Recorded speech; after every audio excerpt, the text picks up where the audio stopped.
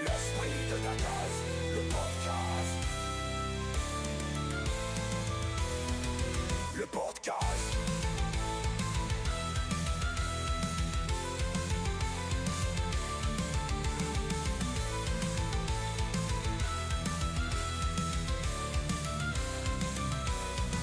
L'esprit de Dagas, retrouve tes racines. Les pensées sont libres, sans ton âme qui vibre. Ni dogme ni maître, juste l'éclat de ton être dans le partage d'âme.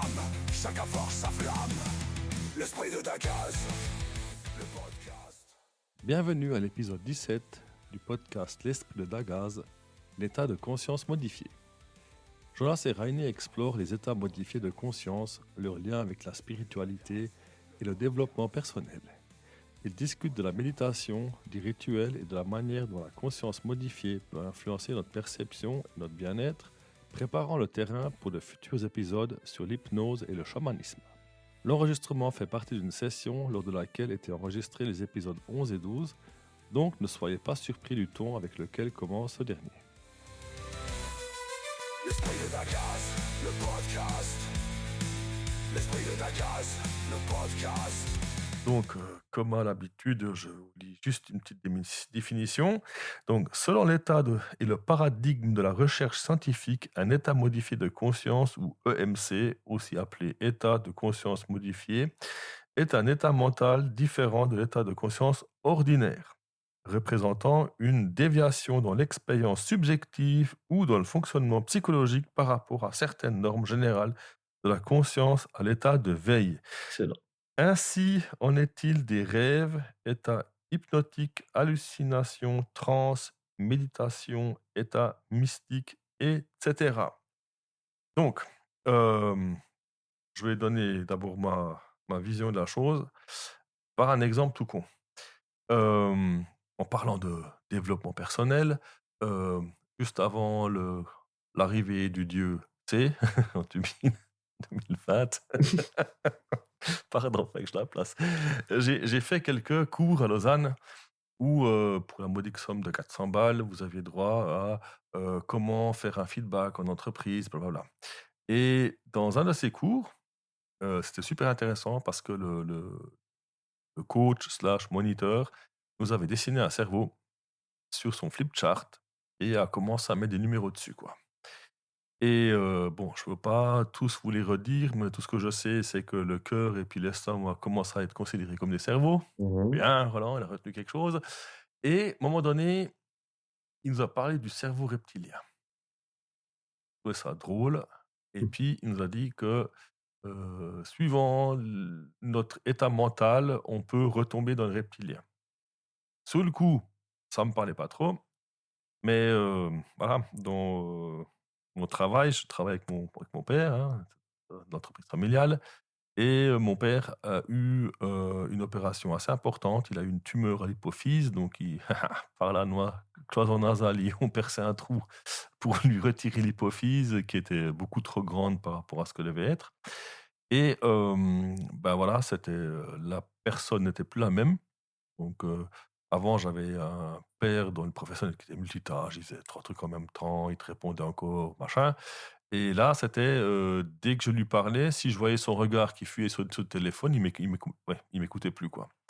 Et aussi au niveau de la personnalité, dès qu'il y avait quelque chose qui le titillait, c'était tout de suite d'entrée, agression, nin nin nin, et c'est quand j'ai vu ses cerveaux, j'ai compris dans quel cerveau il était. Donc il y avait encore l'autre cerveau où la personne se basait dessus pour avoir comment dire? Son historique, ses analyses. Donc si quelque chose arrive dans ce cerveau-là, il va choper l'expérience qu'il a eue pour faire le bon choix. Et bah, dès qu'il y avait ces points, trigger point, hein, donc c'est le petit point, qui faisait un peu Hiroshima, et ben, c'était le cerveau reptilien, quoi. Donc je savais que dès que les yeux devenaient un peu rouges et le regard un petit peu insistant comme un taureau, bah, je savais qu'on était dans le cerveau reptilien et là, ça servait à plus rien de parler parce qu'il était en mode défense, quoi. Et c'est là que je me suis dit: «Ben, voilà, pour moi, ça, c'est aussi un état de conscience modifié parce que c'était plus la même personne, elle se contrôlait plus». Puis là, je pense plutôt c'était les hormones, et la peur qui le faisaient réagir. Jonas, c'est à vous. Alors, je complète un petit peu, définition absolument excellente que tu nous as sorti là sur l'état modifié de conscience. Histoire de compléter un petit peu, puis de peut-être de simplifier pour que ce soit plus compréhensible, ce qu'on appelle état modifié de conscience, donc en fait, quand on étudie, ceux qui ont étudié le cerveau, neurologues notamment, scientifiques, eh ben, ils ont dû prendre un état référence. Et l'état référence, c'est l'état de veille. C'est celui qu'on expérimente le plus régulièrement, dont on a le plus conscience, en tout cas. Donc c'est celui qu'on a là maintenant, c'est un état de veille. Et puis en fait, ben, le cerveau, ce qu'on observe notamment du cerveau, c'est que en état de veille, ce qu'on a là, il y a certaines zones qui fonctionnent. Et puis en plus, le cerveau, à ce moment-là, ce qu'on peut mesurer, quantifier, c'est qu'il émet des ondes. Le cerveau, quand il fonctionne, donc en permanence, hein, le cerveau ne s'arrête jamais, il émet des ondes. Et puis, ben, quand cet état référence de veille se modifie, eh ben, il exprime plus les mêmes ondes et c'est plus les mêmes zones qui travaillent dans le cerveau. Le sommeil est un état modifié de conscience parce qu'on modifie l'état initial de référence qui est l'état de veille. Donc l'état de veille, tu l'atteins quand? C'est ce qu'on est là, l'état de veille. C'est quand tu es éveillé, en fait, si tu veux. C'est quand Ah! tu es Donc conscient. veille, éveillé, puis pas Voilà, veille, quand c'est exactement tu ça. le Windows qui fait ting ting Voilà, ting par ting rapport dans à tes la yeux. nomenclature, l'état de veille, c'est OK. l'état éveillé, en fait, Oui, si oui, tu oui, veux. donc c'est pas l'état de veille C'est d'un la laptop qui bosse plus, non, quoi. exactement. OK. Ça, c'est la nomenclature scientifique, c'est histoire de pouvoir appeler, reconnaître un peu les mots. Donc l'état de veille, c'est l'état éveillé, justement. C'est histoire de préciser aussi, parce qu'il y a pas mal de confusion par rapport à ça qui se Mmh. fait. Et justement, on modifie cet état. Il y a plein de manières de modifier cet état de veille, le sommeil. Avant d'aller dans le sommeil, il y a d'autres, états qui est typiquement l'état de somnolence, qui correspond d'ailleurs à l'état d'hypnose. La drogue sont des psychotropes, donc psycho, donc la psyché, le mental, trope qui modifie, donc ça modifie la psyché, donc la drogue met dans un état modifié de conscience et on sait qu'il y a les rythmes aussi, il y a la musique qui peut donner. Une fois que tu es un petit peu tu un petit peu ailleurs, c'est un état modifié de conscience. On a tous des expériences où tu fais la méditation amène un état modifié de conscience. De nouveau, la musique, les émotions peuvent t'amener un état modifié de conscience. Donc le sommeil, heu, qu'on expérimente en voiture qui dure peut-être 0,1 Exactement. seconde, c'est aussi ça. C'est un état modifié Tu de plus, conscience. Tout à fait. Et c'est quelque chose qui, de nouveau, sans histoire de dépercher aussi le truc, c'est quelque chose de vraiment très. Là, on est dans de la nomenclature scientifique, dans les études scientifiques, on étudie le fonctionnement du cerveau pour essayer de comprendre un petit peu qu'est-ce qui se passe dans ce fameux truc. Les neurologues sont assez, assez au fait avec ça, et ils le disent eux-mêmes, ils en sont à la pointe de l'iceberg sur la découverte du fonctionnement du cerveau, sur les capacités et l'influence, l'incidence qu'a le cerveau sur la manière dont on vit les choses, la manière dont on répond, et cetera, et cetera, et cetera. donc là, juste pour tacler, les vidéos qu'on voit sur le net, Mmh. moi, j'avais déjà entendu cette histoire que bah, j'avais vu un reportage avec un neurologue Hein, hein.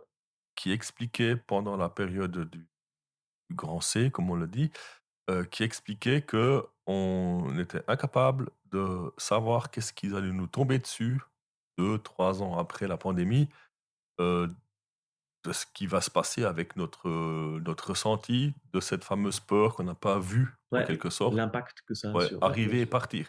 Et là, bah, la dame était toute surprise: «Ouais, bon, les études et tout, on opère le cerveau, nanana».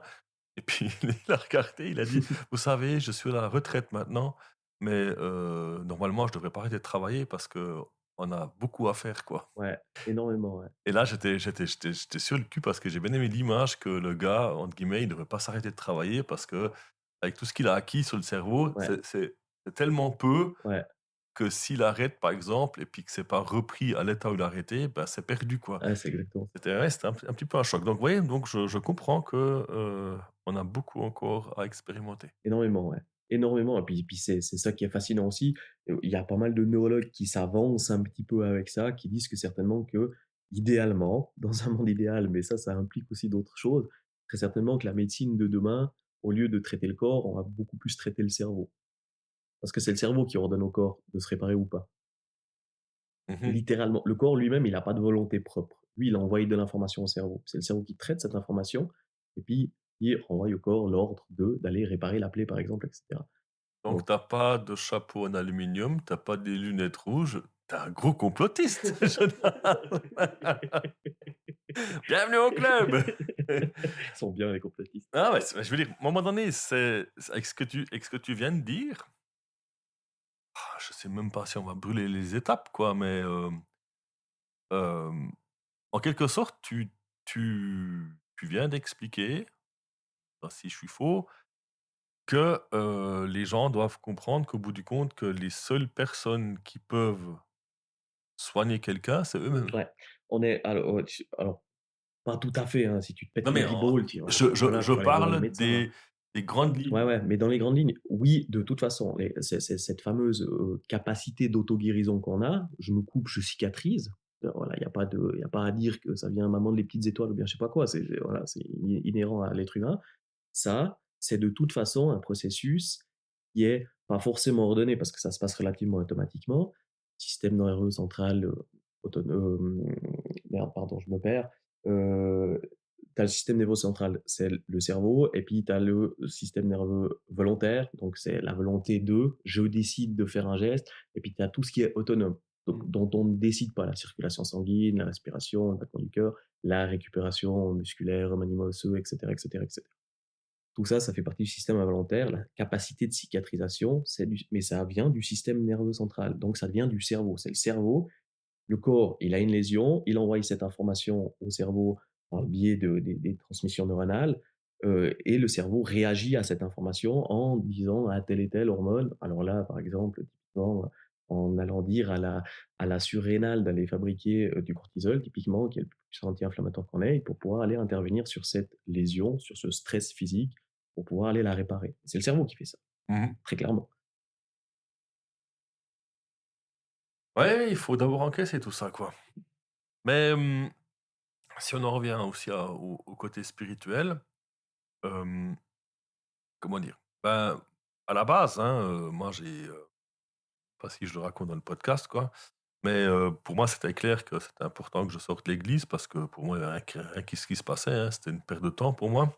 Mais par contre, je me rendais bien compte dans les églises où j'étais, je ressentais quelque chose. Donc Mhm. forcément, pour moi, une messe, c'était plutôt un moment méditatif où j'observais les vitraux, par exemple, ou les tableaux. J'analysais pas mal les choses là-dedans.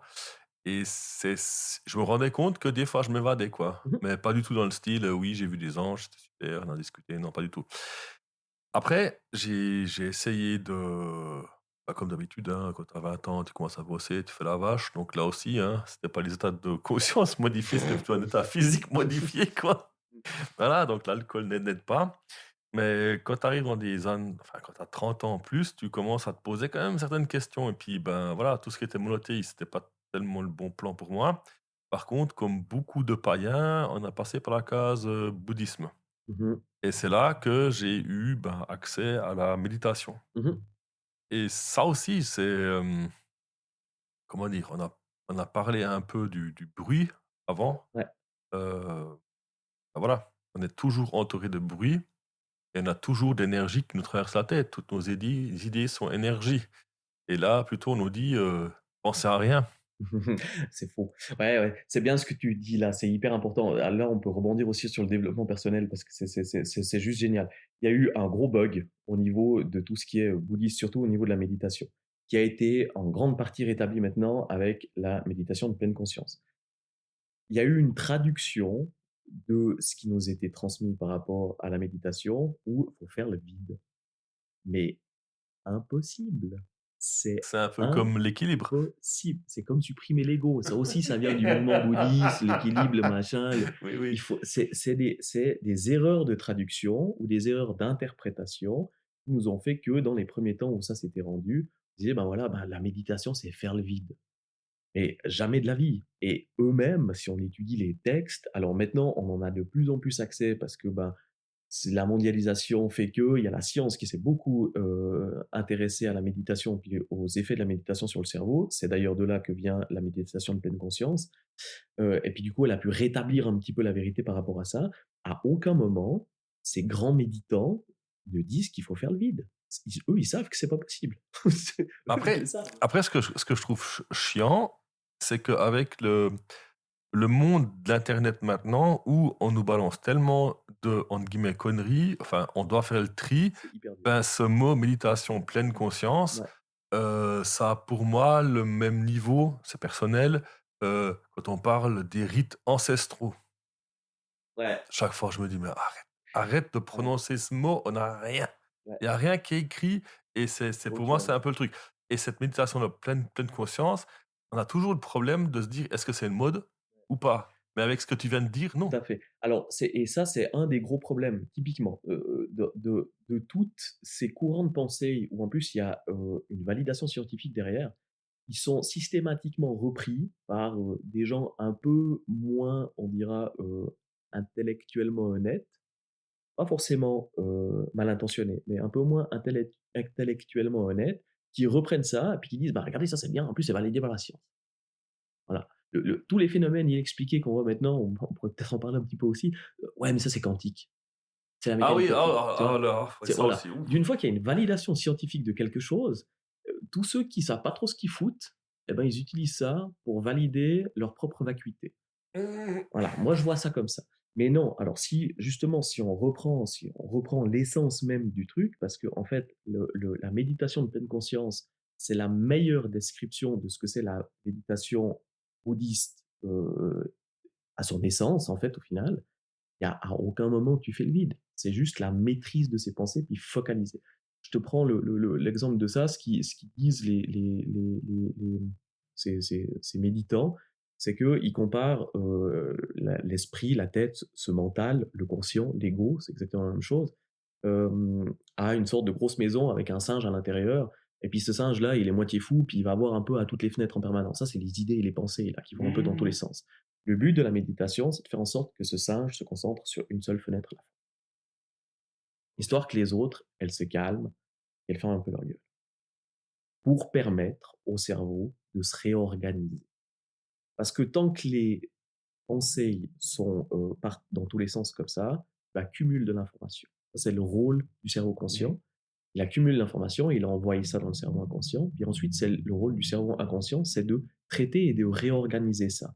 S'il est en permanence en train, ça c'est un des gros défauts de notre société, s'il est en permanence en train d'accumuler de l'information, il n'a pas le temps de réorganiser correctement le truc derrière.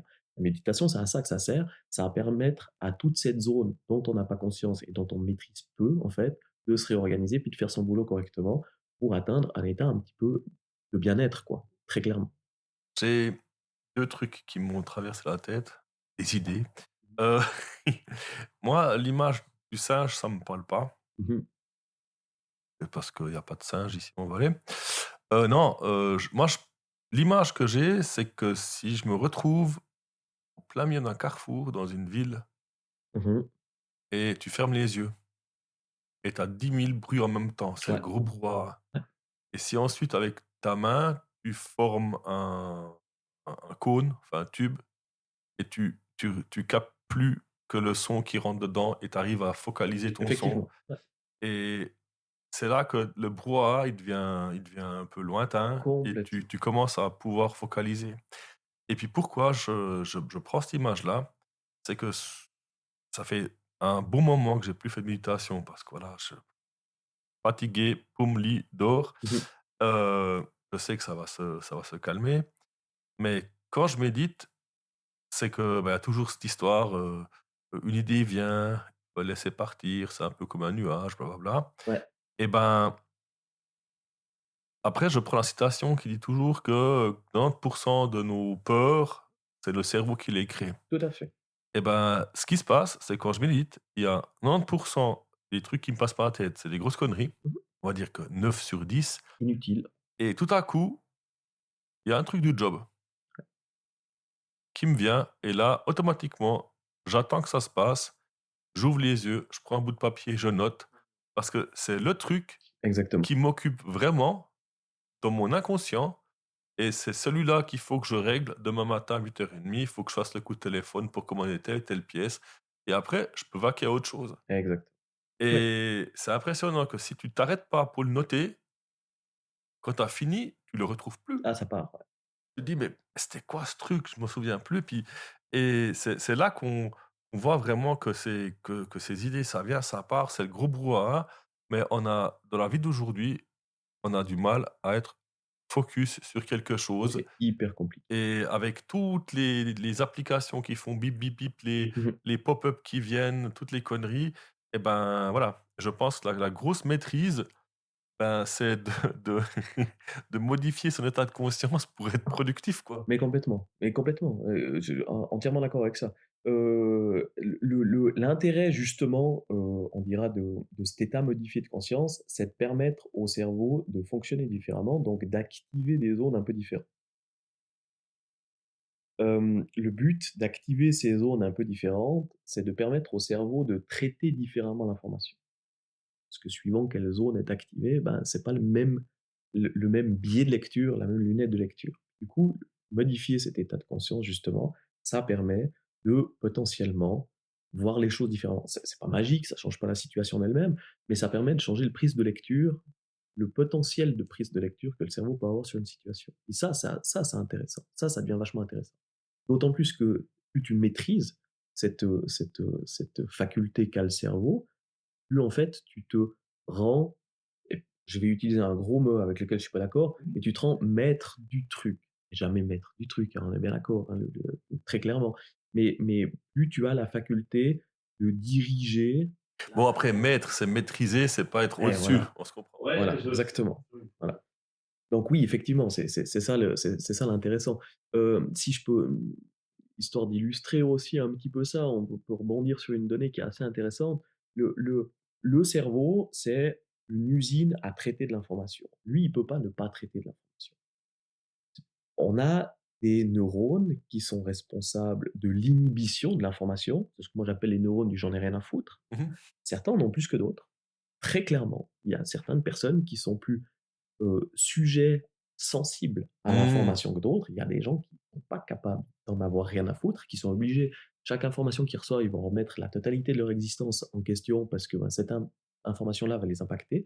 C'est pas qu'ils sont plus faibles, c'est pas ils ont moins de volonté ou bien quoi que ce soit, c'est juste qu'ils ont moins de neurones qui sont responsables d'une inhibition de l'information. Est-ce que ça peut être une réponse à toutes les personnes hypersensibles qui n'arrivent pas à maîtriser leur empathie, mais qui sont empathiques pour tout le monde? Là au-dessus. Alors, merde, tu me fais chier parce que là, je vais devoir faire une autre parenthèse. Je reviendrai peut-être après sur ce que je voulais dire. L'empathie, on a un énorme problème, à mon avis. Si je me permets de dire ça, c'est parce que j'ai eu beaucoup étudié l'empathie dans mon cursus d'agent de détention, de thérapeute également, et puis de ma propre vie, hein. On a un énorme problème. Là aussi, pour moi, il y a un peu comme on discutait avec la méditation avant, il y a un énorme problème d'interprétation de ce que c'est que l'empathie. En général, quand on va susciter l'empathie de quelqu'un, on va pas chercher sa compréhension, on va chercher sa confirmation. On va plus chercher de l'empathie à ce moment-là, c'est de la sympathie.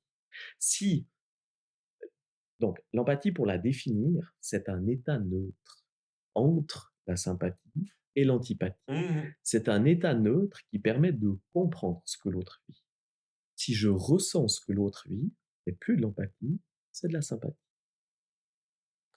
Et la sympathie étant à équidistance avec l'antipathie, en général, je sais pas si tu connais le triangle de Cartman?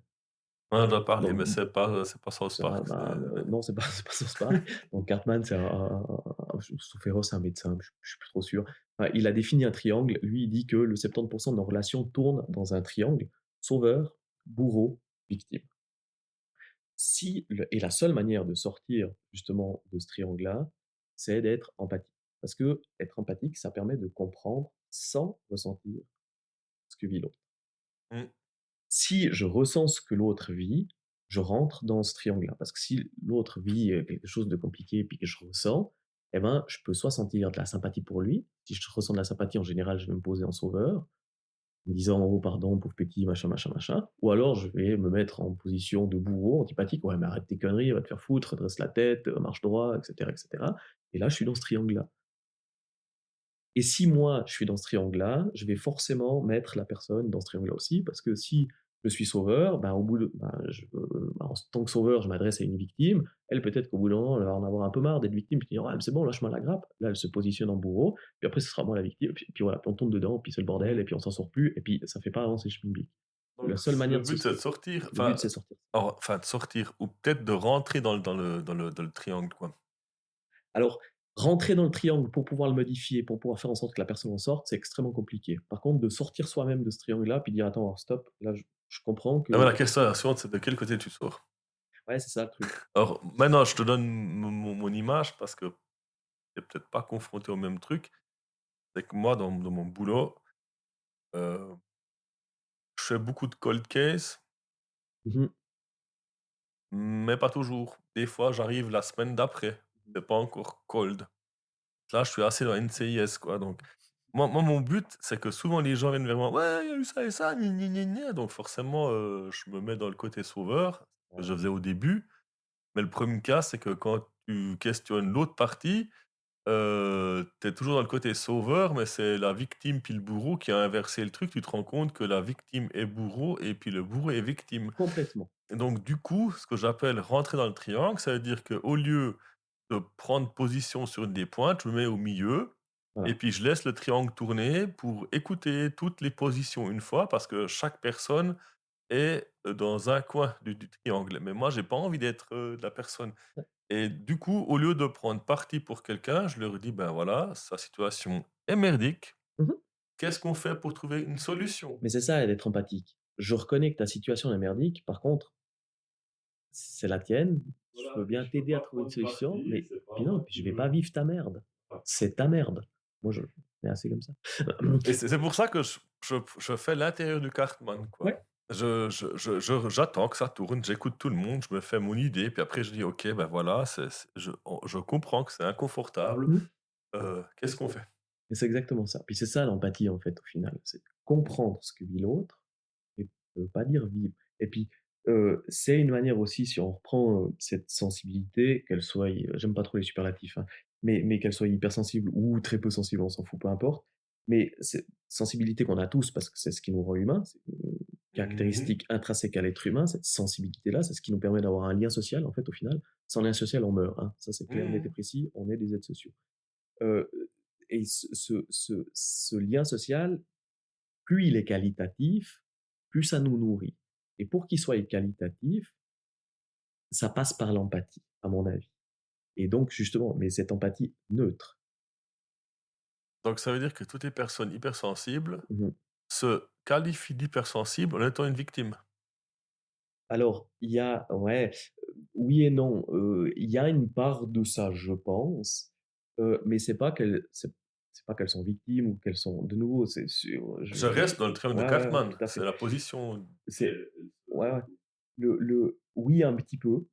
Oui, un petit Bah, peu. si quelqu'un te dit: «Moi, je suis hypersensible, j'ai beaucoup de peine avec les gens qui disent ça et ça», elle se met en victime directe, quoi. Complètement, complètement. Et puis, c'est surtout que, eh ben, elle sait pas gérer son hypersensibilité à ce C'est ce moment-là. que je voulais dire, c'est Voilà, c'est qu'une ça. personne qui est Ouais. enfin, non, qui est Hyper hypersensible, sympathique. Ouais. mais qui arrive à sortir, enfin, qui arrive à rentrer dans la position empathique Voilà, du triangle de Cartman, c'est c'est ça. le centre. Ouais.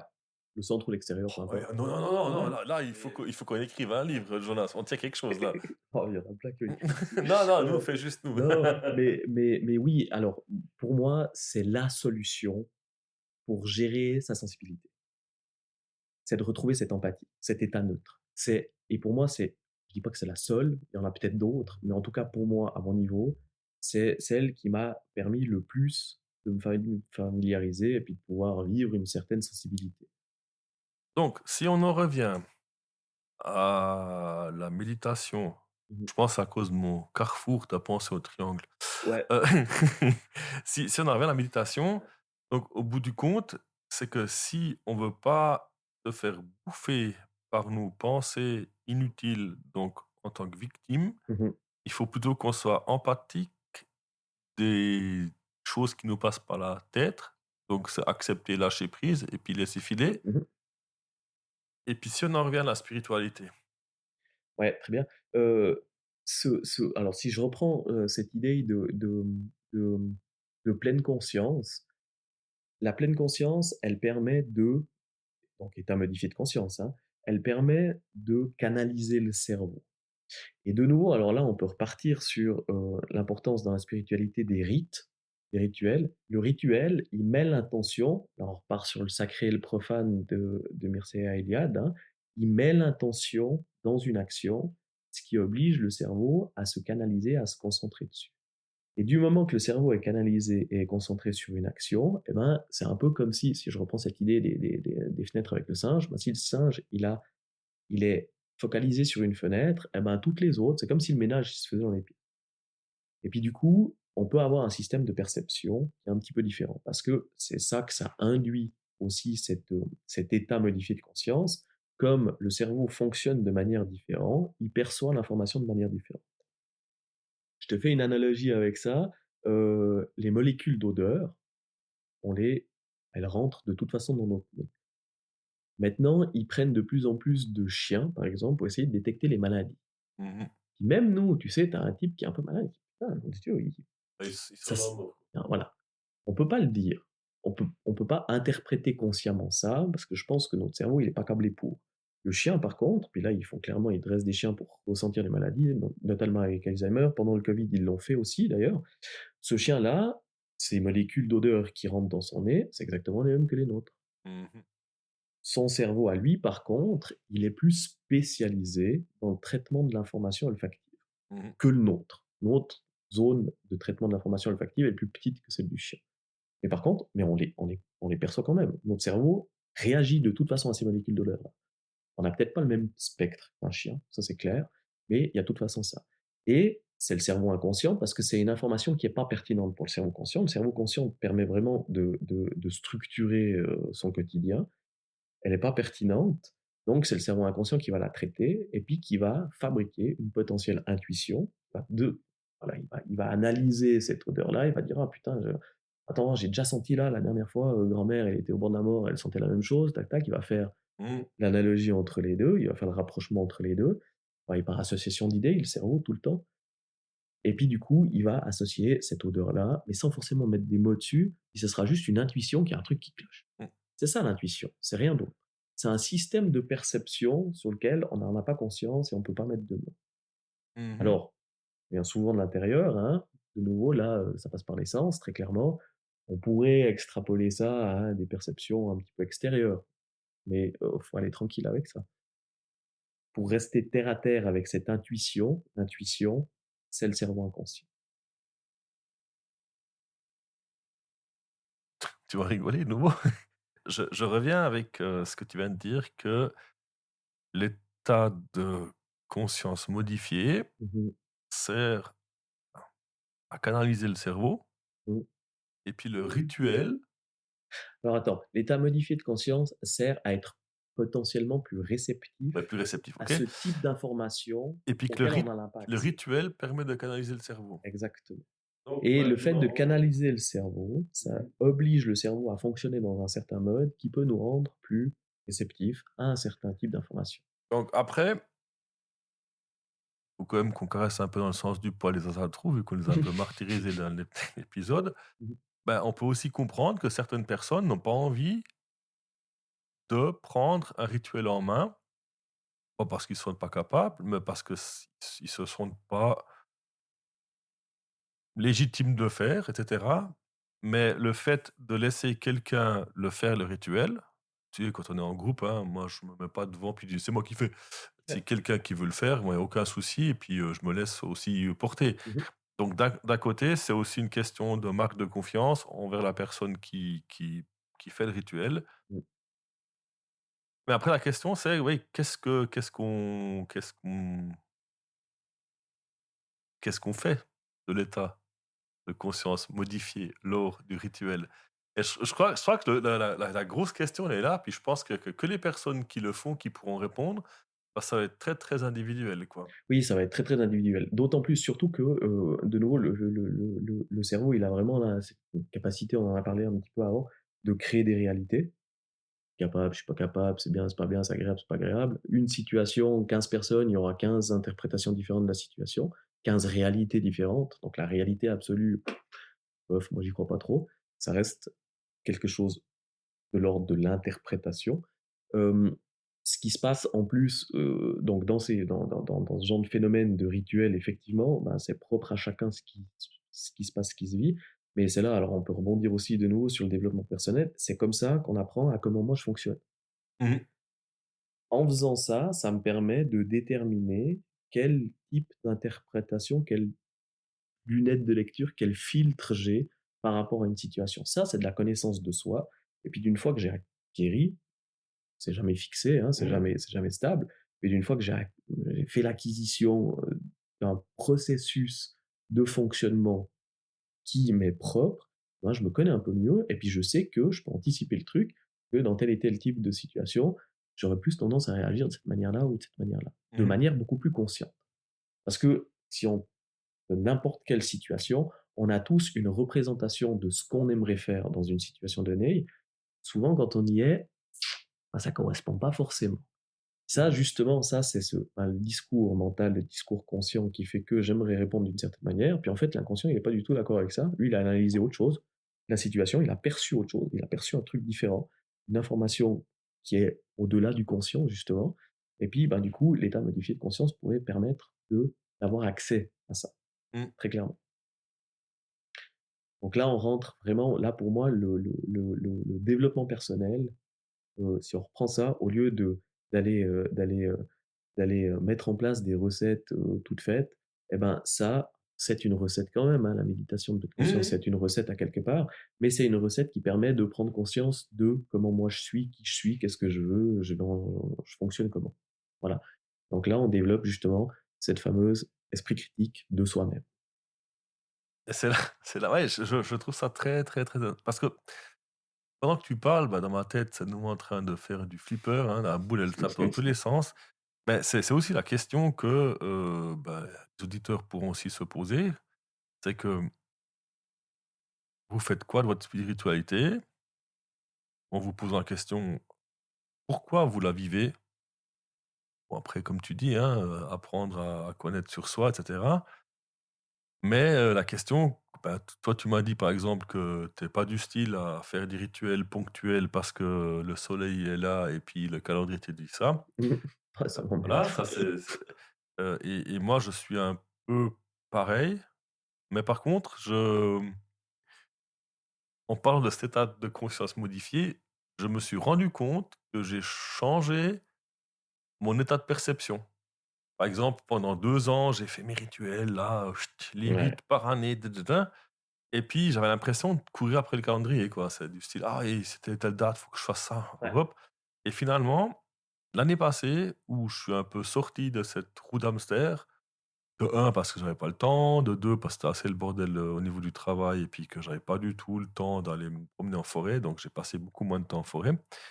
Mais par contre, je me suis rendu compte de quelle manière changer la vigne. On avait fait pas mal de promenades aussi en au Vaudne avec les chiens et j'avais beaucoup plus l'œil sur les plantes, les Mmh. champignons que tu voyais une semaine, la semaine d'après ils sont plus là, Mmh. ce genre de choses-là, et j'avais l'impression que, ben, mon état de conscience s'est modifié parce que j'ai pris conscience Ouais, du changement de mon environnement, mais c'est moi qui en suis conscient, bien sûr. c'est pas le calendrier ou un dogme qui me dit: «Oh Achtung, maintenant il faut fêter tel et tel truc», quoi. On est d'accord. Ouais, tout à fait. Alors, ce que tu dis là, je rebondis sur de nouveau, j'insiste un petit peu là-dessus, hein, sur cette puissance et puis cette importance du rituel, peu importe, hein, qu'il soit fait en suivant un calendrier ou bien, à la demande, au besoin, chaque bon, il y a une certaine liberté par rapport à ça, mais l'intérêt, très clairement, du rituel, c'est de focaliser l'attention, donc créer un état modifié de conscience, pour pouvoir entraîner le cerveau à capter l'information différemment. Pour pouvoir justement, en fait, c'est comme si tu faisais du sport, comme si tu boostais tes neurones et puis que tu mettais tes neurones à la salle de muscu, bah, tes neurones seront plus sensibles à cette captation de l'information différente dont on n'a pas forcément conscience. Bah, après, ils sont plus performants là-dedans et même si tu es pas dans ce truc-là, eh ben, l'entraînement, il est là et puis, du coup, bah, ces neurones-là, ils sont capables encore réitérer, cette expérience-là et puis de te reproduire tout ça. Mmh. Ouais, ouais, j'espère que l'auditoire a quand même compris qu'on n'a pas fait un épisode freestyle dans le style, complètement sorti du concept «L'esprit de Dagaz». Mais, de nouveau, là, on arrive au fatidique 40 minutes. Je sais que c'est un peu le timing où le podcast deviendrait trop long parce qu'il y a eu trop d'informations et tout. C'est juste parce que, les prochains épisodes qui sont dans la boucle vont parler de l'hypnose. C'est quand même un de Mes ouais, cartes. tes cartes, hein, et le chamanisme. Ouais. Ça va être du lourd, mais voilà, avec Jonas, quand on s'est dit on va préparer un petit peu les pavés pour le chemin pour arriver aux épisodes justement de l'hypnose et du chamanisme, c'était important qu'on passe par l'état modifié de conscience, la spiritualité et aussi le développement personnel. Parce qu'au bout du compte, la spiritualité, ben, elle regroupe un peu toutes ces disciplines. Même si l'épisode d'avant, on a parlé que dans notre où il laisse tout aux mains d'une personne, gna, comme dans l'église. Ben oui, ben ouais, c'est une personne qui mène le rituel, mais pendant le rituel, chacun apprend à se connaître. Donc, même s'il avait un regard un petit peu critique, et c'est ça que je trouve qui est magique, c'est que l'épisode d'après, en parlant, on se rend nous-mêmes compte que on a expliqué quelque chose, enfin, à toi et à moi, quoi. Parce que Jonas et moi, on a passé des heures à discuter de tatouage, enfin, pendant qu'il me tatouait, surtout aussi les différents courants qui traversent un peu nos bulles respectives, hein. Et ben voilà, j'ai compris un aspect que j'ignorais un peu, quoi. Et voilà pourquoi on fait des podcasts, quoi. T'as un truc à rajouter, Jonas, ou bien Pour le rendre, c'est pour aujourd'hui. c'est pour aujourd'hui, quoi. Ouais, Voilà, mais il y a bah, plein de choses à rajouter. oui, comme d'habitude, quoi, mais on n'est pas au dernier épisode, quoi. Non. Donc, comme d'habitude, un grand merci à ceux qui nous ont suivis jusqu'à maintenant, au bout de cet épisode. Et puis, voilà, on est content d'avoir l'auditoire qui grandit de semaine en semaine, ça fait vraiment plaisir. Et puis, voilà, n'hésitez pas à nous contacter sur Instagram. C'est principalement là que Jonas et moi, on traîne sur les réseaux, même qu'on essaie au maximum de ne pas trop y traîner. Et puis, voilà, donc beaucoup de plaisir ces prochains jours. Et puis, ben, on vous donne rendez-vous d'ici une semaine ou deux avec de nouveaux épisodes. Merci beaucoup, à une prochaine.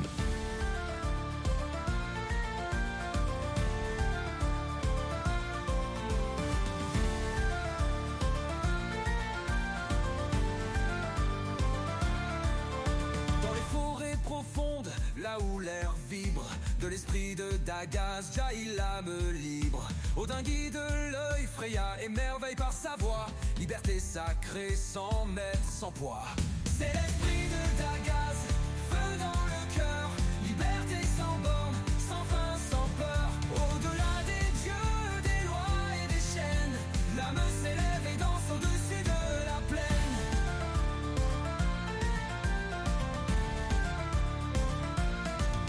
Sous la brume d'Avalon, la vérité. Les druides murmurent, la route est tracée. Le cerf de Cernunno guide les pas. La sagesse du monde bienveillante dans les bras. C'est l'esprit de Dagaz, feu dans le cœur. Liberté sans borne, sans fin, sans peur. Au-delà des dieux, des lois et des chaînes, l'âme s'élève et danse au-dessus de la plaine.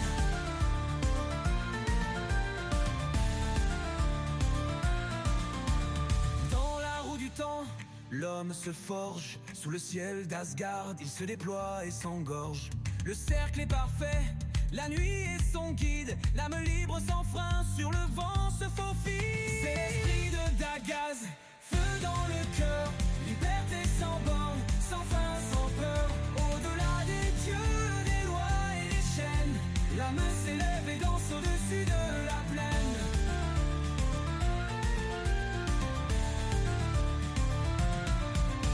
De la Néonin aux cieux, l'appel est là. Les mystères du monde dans la brume tout bas. Les ancêtres veillent, la voix est claire. Dans l'esprit de Dagaz, l'homme trouve sa lumière. C'est l'esprit de Dagaz,